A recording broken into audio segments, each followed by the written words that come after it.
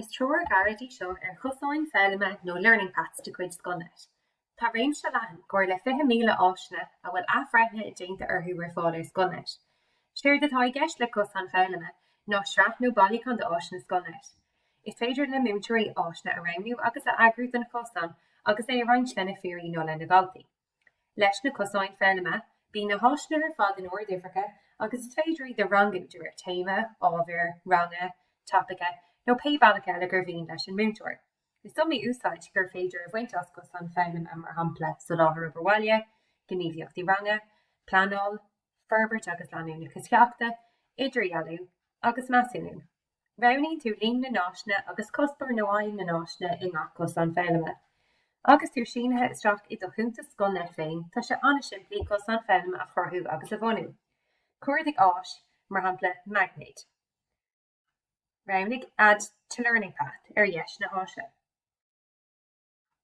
Raunig add to new learning path mas é do chéad Cosáin nó má tá Cosáin Foghlama eile grothagat is féidir leat existing learning path a rainú. Cruthaithe ar an Cosáin agus scríb cúnta scarid maidir leis an gaí leis an Cosáin a úsáid. Lean na céime na chéine de áisina eile atá le cur leis.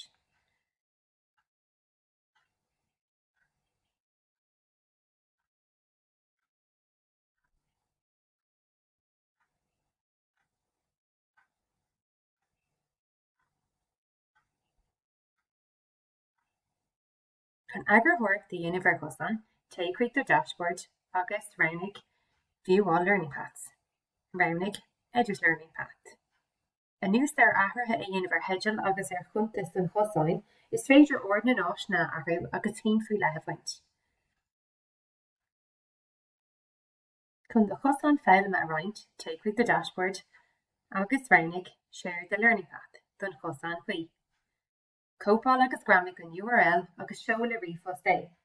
Tá URL ar le agat don Cosáin Foghlama agus ní roinnt for go thua aibríoch é.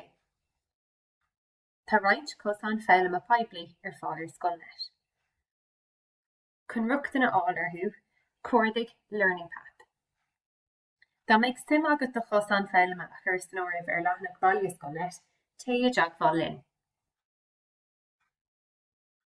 Sin deireadh leis an teoir gairid seo ar Cosáin Foghlama de cuid Scoilnet. Tású legan go spreagann sé tú chun Cosáin Foghlama a chorthú nó a roinnt le do fíorí nó do ghaltaí.